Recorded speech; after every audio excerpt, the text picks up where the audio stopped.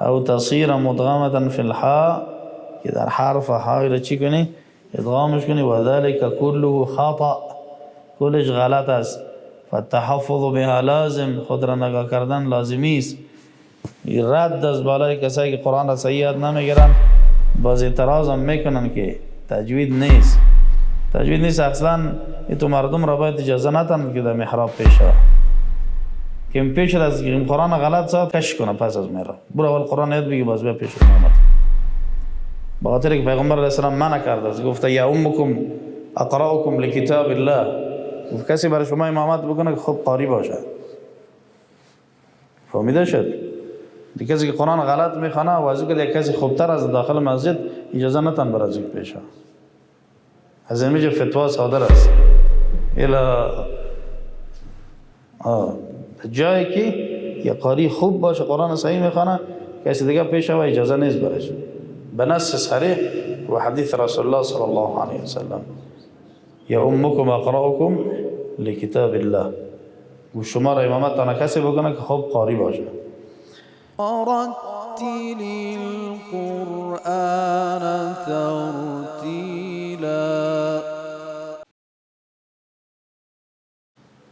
بسم الله الحمد لله والصلاة والسلام على رسول الله و بعد.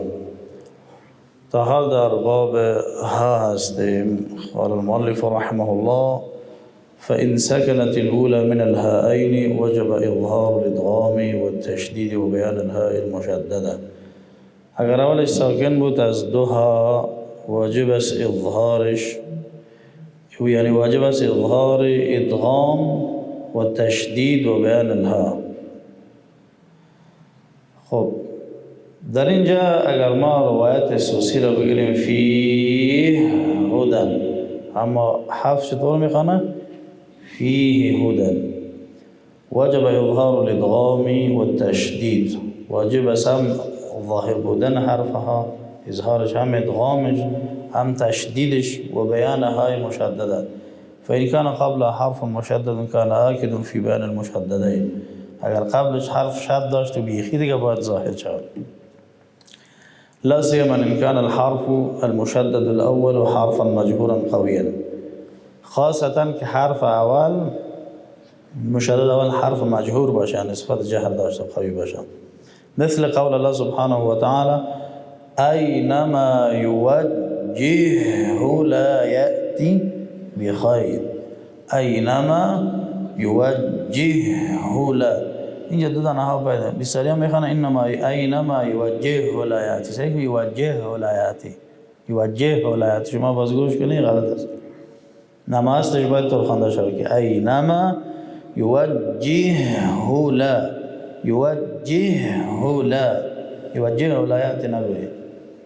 اصله يوجهه است چی است؟ ولذلك بمی خاطر کتب فی المصحف بها این مع الادغام. دو ها است ولی که نه اولش دومیش چی شده؟ ادغام شده. فلما سكنت الهاء الاولى، وقتی که ساکن شد های اول لشرط، بخاطر شرط ادغمت في الثانيه، دومیش ادغام کرده شد. وكذلك كل هاء مشددة يجب بيانها. همچنان هر های مشدد واجب از بیانش. فمهلل، سیکو فمهلل. غلطی ایشو نمیگن فمهلل، کافرین شو نمیگن فمهلل. یا فمهلل میگن یا فمهلل. مهلل هست یا مهلل هست.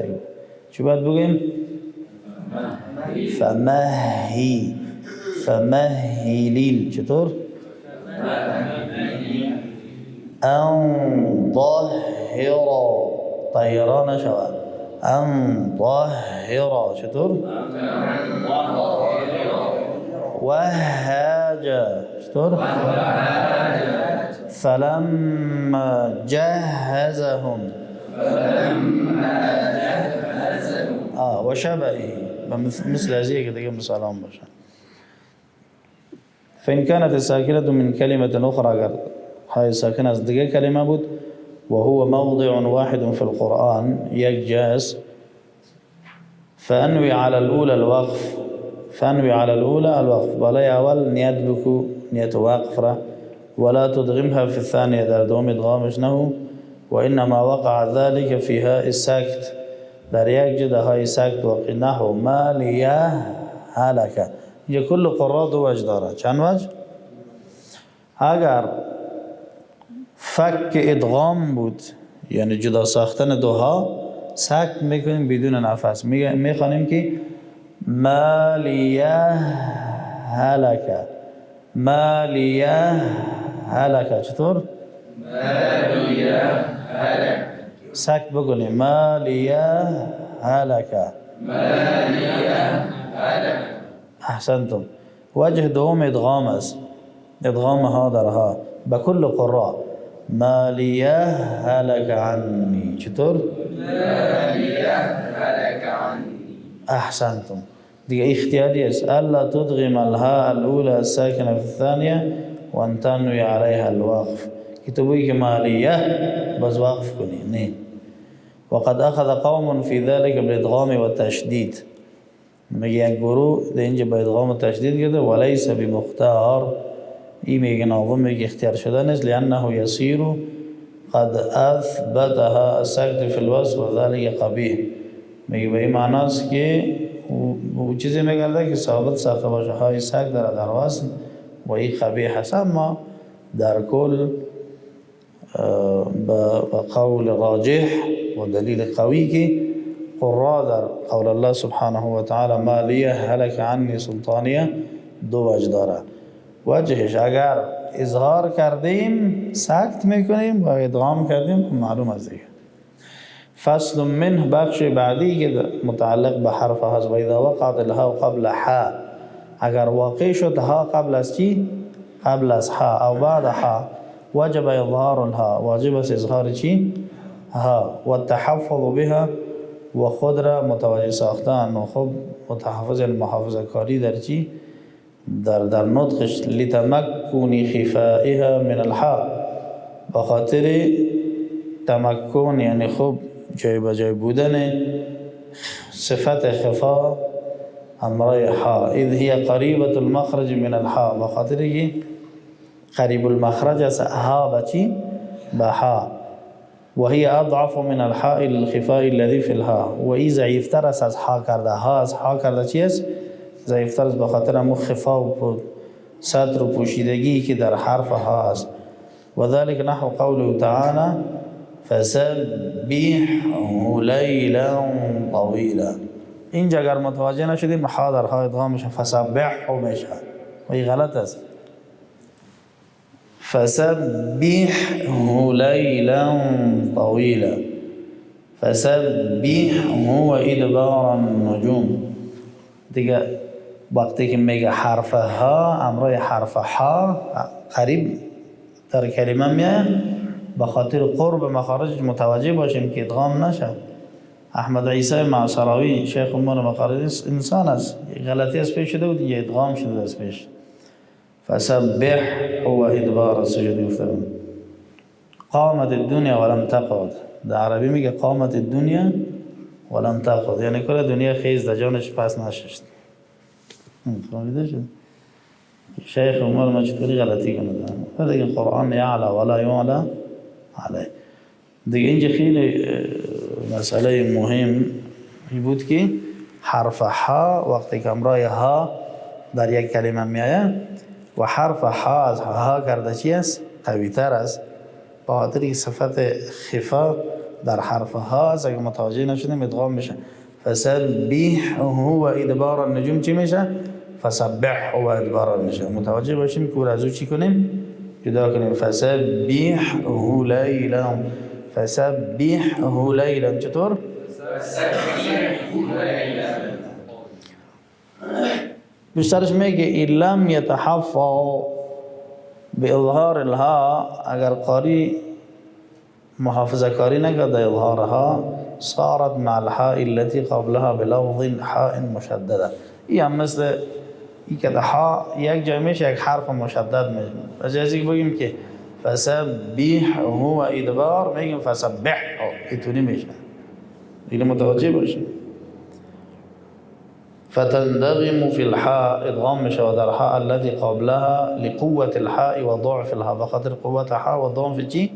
ها و قرب المخرجين نزدیک بودن مخرج دو حرف فيغلب عليها لفظ الحاء لقوة الحاء وقرب مخرجها غالب میشه بالایها حرف حاء بخاطر قوت حاء و نزدیکی مخرجها فتصیر چی میگرده او از چی جور میشه الى ان تقرا بما لا يقرا به او يقرا به احد الى ان تقرا بما لا يقرا به احد یعنی تو یک چیزی نمیخوانی که هیچ کسی رو نخوانده دیگه